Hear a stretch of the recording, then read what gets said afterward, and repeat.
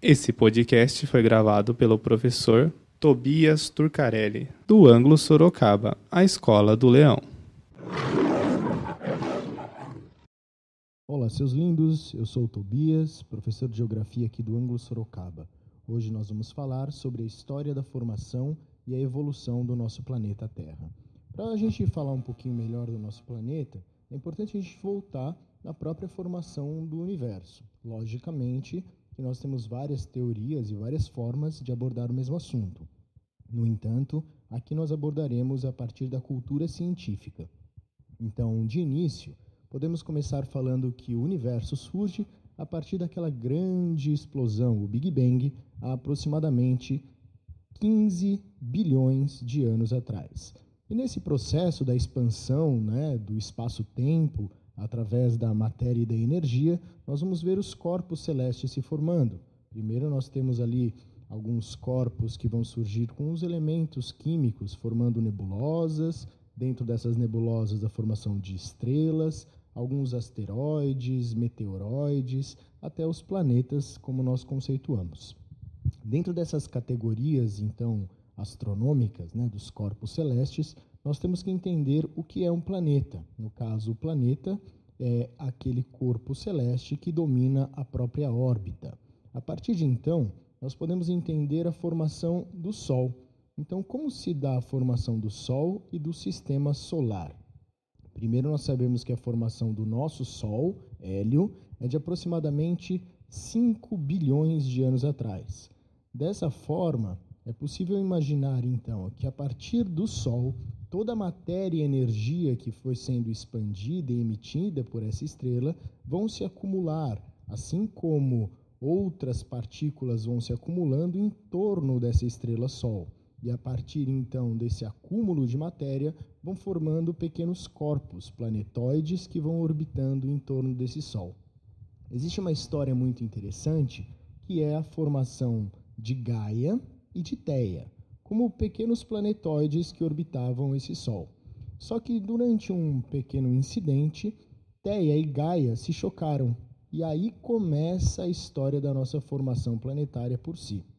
A partir do momento, então, desse choque de Theia e Gaia, nós vamos ter a formação da Lua, e assim como a formação do planeta, como nós vamos entender.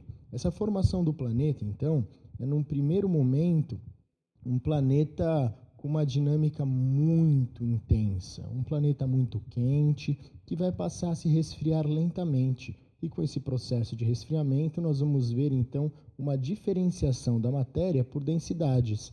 Então, aqueles materiais mais densos vão se acumular no núcleo planetário e os menos densos vão, então, formando esferas, pelas regiões mais superficiais. Então, vamos devagar. Primeiro, nós podemos separar ou classificar essas camadas do planeta, essas esferas, a partir de uma visão mais física.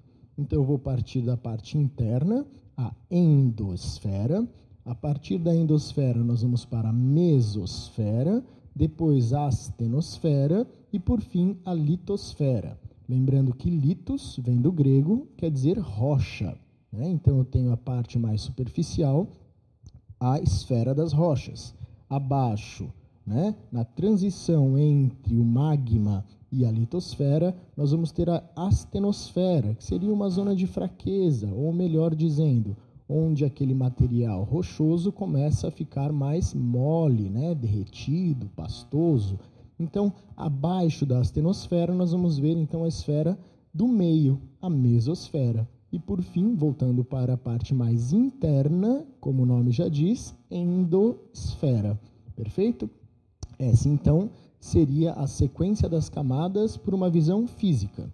E se eu pensar nisso de modo químico, Então, quimicamente, nós sabemos que a parte mais interna, o núcleo planetário, é formado por níquel e ferro. Assim, nós chamamos de NiF, O apelido dele é NiF. E esse núcleo pode ser dividido, então, entre núcleo interno e o núcleo externo, que vão ter uma mesma composição química, basicamente, porém, o núcleo interno vai ser muito mais denso e rígido, e o núcleo externo começa já uma transição, com essa fluidez da matéria, passando então para o manto. E no manto nós vamos poder separar também em duas partes, o manto interno e o manto superior, tá? Ou melhor dizendo, o manto inferior e o manto superior. Esse manto também vai ser rico em elementos químicos, mas principalmente em silício e magnésio.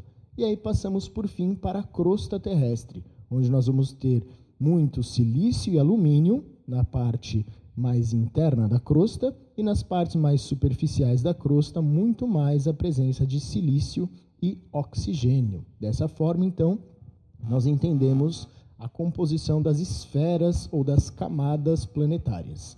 Existe uma questão importante que essa crosta, ou a litosfera, pela própria dinâmica do manto, né, se a gente for pensar então o magma, ele está em processo constante de movimento. Nós vamos chamar isso de convecção magmática. Então eu tenho movimentos vetoriais que vão dinamizando então toda a energia interna do planeta para as partes mais externas. Desta forma, nós temos a crosta toda fragmentada. E essa fragmentação vai formar para a gente as chamadas placas tectônicas. Essas placas tectônicas, então, a partir do movimento da dinâmica magmática, vão formar um conjunto no planeta de 12 placas fragmentadas. Essas placas, elas vão movimentar-se basicamente se separando, se encontrando, ou então quando uma está se esfregando na outra. Então, quando nós temos as placas se encontrando, nós vamos chamar de movimento de convergência. Quando nós temos as placas se afastando, nós teremos movimento divergente. E, por fim, o movimento transformante, quando as placas, então, caminham paralelas umas às outras. Dessa forma, então, esses três movimentos, nós temos nas bordas das placas uma zona de contato. E nessa zona de contato nós vamos ter muitos processos. E aí a dinâmica dos terremotos, né? Os movimentos das placas vão criar, então, todo um abalo de sismologia. Nós podemos ter um momento em que uma placa vai para baixo e outra para cima, né? Que nós chamamos de subducção e obducção. Um processo onde formação de novas montanhas, a orogênese, o soerguimento, os dobramentos modernos e outras dinâmicas vão acontecendo.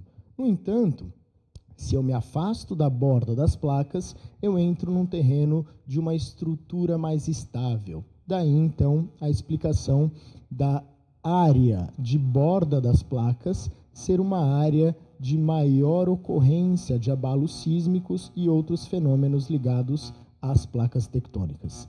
Desse processo, então, do movimento, nós temos tanto essas forças internas, como eu já justifiquei sobre a dinâmica do magma, e também teremos as forças externas, que vão estar ligadas aí a processos de meteorização, né? Então, a decomposição das rochas, o processo de erosão, transporte. Então, quando nós formos falar de relevo ou geomorfologia, nós vamos voltar nesse tema para entender o que seria, então, a morfoestrutura e a morfoescultura, que vão gerar para a gente, então, o relevo a partir de toda essa questão geológica. Então, para entender esse processo planetário, nós precisamos também datar alguns fenômenos. E aí nós temos que lembrar das eras geológicas que vão passando aí no processo. Essas eras geológicas vão ser divididas basicamente para a gente em 5 grandes momentos. Então, eu estou indo do mais antigo para o mais recente.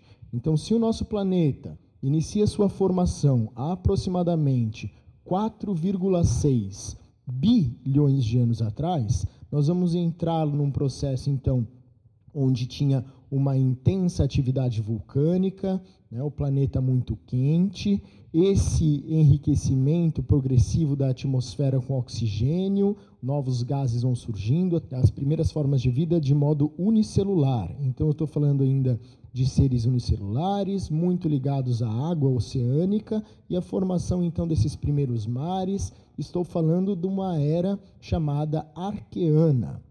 Então, nós estamos num primeiro momento e a palavra arqueo, nesse sentido, tem a ver com origem. Então, estou no momento arqueano, estou no momento da origem do planeta.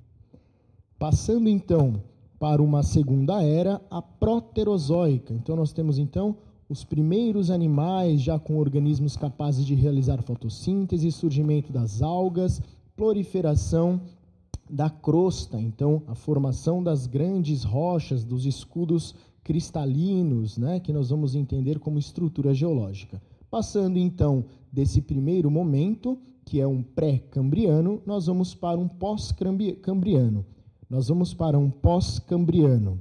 Que vamos ter então a era paleozoica, mesozoica e a cenozoica, cada uma delas com uma sequência de eventos. Então, com os répteis, depois nós vamos ter a formação das aves, depois os mamíferos, assim como nós vamos ter também a mudança dos ambientes e a mudança da dinâmica planetária.